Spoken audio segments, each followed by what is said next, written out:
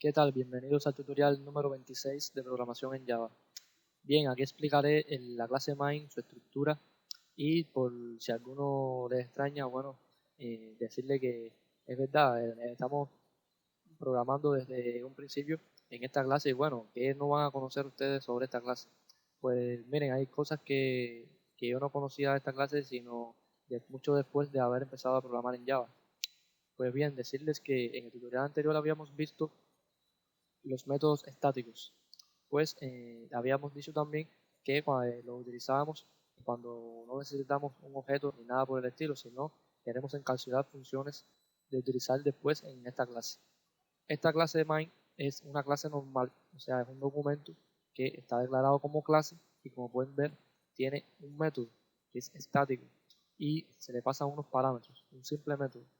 La clase main en sí no se utiliza aquí y lo que estamos utilizando es el método main, que quiere decir que cuando se ejecuta o compila el proyecto, lo que se hace es utilizarse este método que está aquí. Como pueden observar, es un método de tipo void, no devuelve nada, por tanto, aquí se pueden decir y se pueden establecer todas las operaciones que nosotros querramos. Es un mecanismo que tiene el IDE o el lenguaje de programación para de alguna manera ejecutar o emular una consola en este ambiente.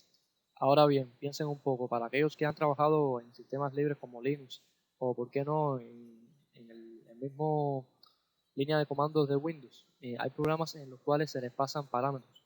Por ejemplo, cuando vamos a escanear un disco duro, lo que hacemos nosotros es llamar a una consola y poner CHKDSK, por ejemplo, la letra de la unidad, y podemos ponerle el parámetro F, que significa fix, que es red de los sectores.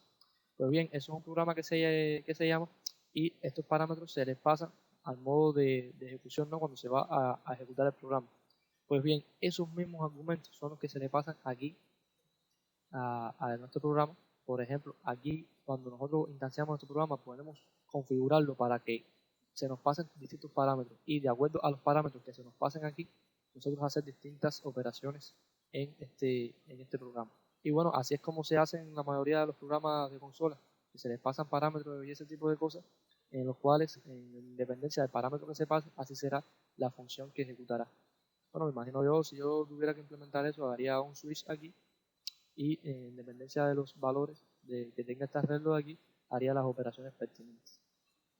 Pues bien, esto es un dato curioso que muy pocas personas, incluso cuando llevan mucho tiempo programando, lo saben y es muy útil que ustedes lo sepan. Decir también que si queremos encapsular alguna función, por ejemplo, utilizábamos métodos estáticos en otra clase que creábamos. Pues no, le tengo la noticia de que aquí mismo pueden crear más métodos. Porque si esto es un método, ¿por qué no pueden haber más métodos junto con este?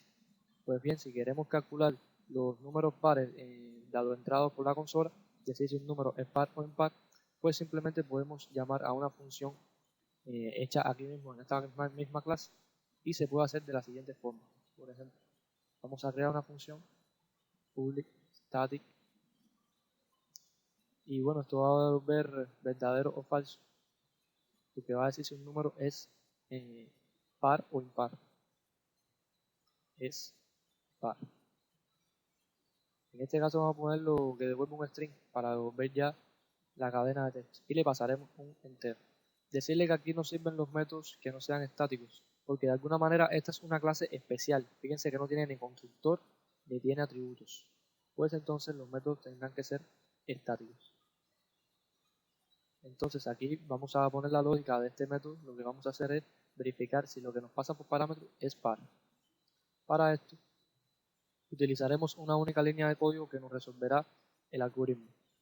Bien, vamos a devolver una función, o sea, un string que va a decir si el número pasado por parámetro es par o impar. Para esto retornamos si a por 102 igual 0, significa que es par. Y si no, significa que es impar. Aquí estamos utilizando el operador ternario, que con una simple línea podemos hacer un if else, como pueden ver aquí. Y ya podemos leer del escáner, podemos decir que el número que entremos por la consola, es decir, es par, llamar a la función, como pueden ver, con autocompletar aquí con control espacio, nos sale la función estática, y aquí vamos a decirle lo que leamos por la consola. En este caso viene siendo el método, el objeto escáner Bien, con esta simple línea de código podemos crear funciones que nos van a hacer más limpio el código en la clase main. De aquí el otro uso de las funciones estáticas, ya que en el tutorial anterior habíamos visto que no tenía muchas funciones en sí con la creación de los objetos, pero en la clase main, donde no utilizaremos objetos, son muy importantes estas funciones, utilizar el static. Por último, compilamos para ver el resultado y observen que no varía, o sea, mientras le metemos números, él no va a decir si es par o impar. En este caso ponemos 1 y no es par. Si compilamos de nuevo, le ponemos 2, nos devuelve es par. Como pueden ver, funciona correctamente y pueden aquí crear las funciones que necesiten, las necesarias. Estos son muy importantes y creo que vale la pena recordarlo, ¿no? Para la hora de nuestro trabajo diario con la programación en Java. Bien, esto es todo, hasta pronto.